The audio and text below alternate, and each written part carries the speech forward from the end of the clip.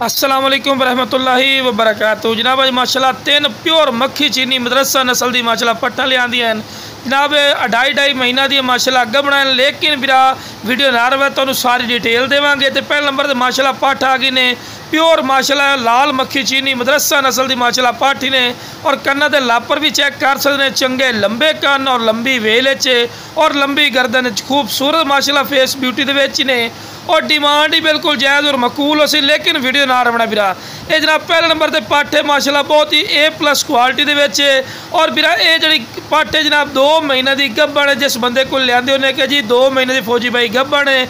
लेकिन यदा सौदा बिरा खाली का उसी गब्बन का सौदा नहीं होना।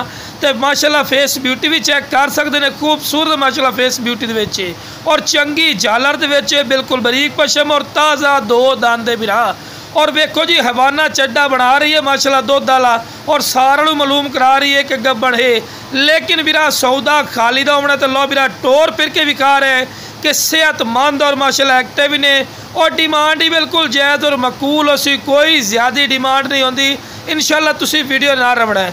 तो लो बिरा इस तो बाद दूसरे नंबर पर आ गई ने जनाब गारंटी शुदा और 100% गब्बन पट्ठ है जनाब 2.5 महीना 2 to 2.5 महीना की और माशाल्लाह लाल मक्खी चीनी नागरा कलर भी आख्या जाता है और मक्खी चीना भी और फेस ब्यूटी भी ज़बरदस्त है और डबल हड्डी अच्छी ने और चंगे हाइट कद बंदे नाल खड़ा करने का मकसद ये होता बिरा कि माशाल्लाह तुहानू अच्छी तरह इन्फॉर्मेशन हो कि कितने का हाइट कद दी है और वेल भी ज़बरदस्त और दोम बिल्कुल तीर वाली कर सीधी और पैर बनने क्योंकि तुहानू वीडियो बना के चेक करवानी है।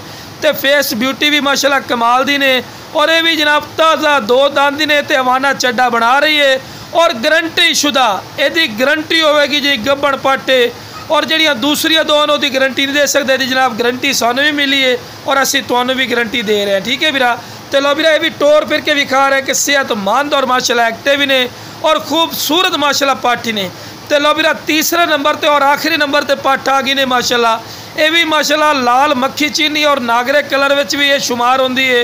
ये माशाल्लाह पट्ठा के पट्ठ के कन्ना के लापर भी चेक कर सकते हैं। चंगे लंबे कान तोता फेस और चंगी झालर और दो वेखते पे बिल्कुल तीर वाली कर सीधी ते पैर बन्ने क्योंकि तुहानू वीडियो बना के चेक करवानी है। तो खूबसूरत फेस ब्यूटी के ने और वाइट अखां के और खूबसूरत माशाल्लाह चीज़ ने ताज़ा 2 दांदी ने और ये भी हवाना चड्डा बना रही है भी जनाब गब्बन है।